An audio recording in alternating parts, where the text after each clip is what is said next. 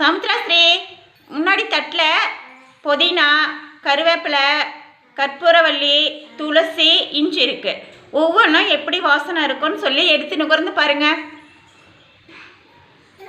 கற்பூரவள்ளி வாசனை நுகர்ந்துட்டிங்களா? வைங்க. அடுத்தது எடுங்க. அது என்ன? கருவேப்பிலை வாசனை நுகர்ந்துட்டிங்களா? வச்சுட்டு அடுத்தது எடுங்க. அது என்ன? இஞ்சி வாசனை எப்படி இருக்குன்னு நுகர்ந்துட்டிங்களா? வைங்க. அடுத்தது எடுங்க. புதினா வாசனை நுகர்ந்து பாருங்க. பார்த்துட்டிங்களா?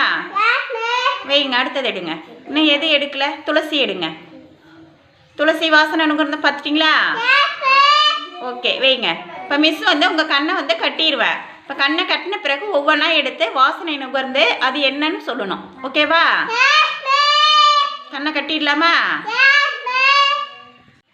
சமுத்திராஸ்ரீ, இப்போ உங்கள் கண்ணை கட்டியாச்சு.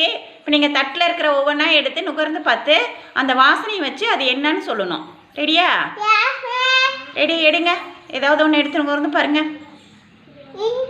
Very good. அடுத்தது எடுங்க. எடுத்துக்கோங்க. அப்படியே நுகர்ந்து பார்த்து என்ன சொல்லுங்க.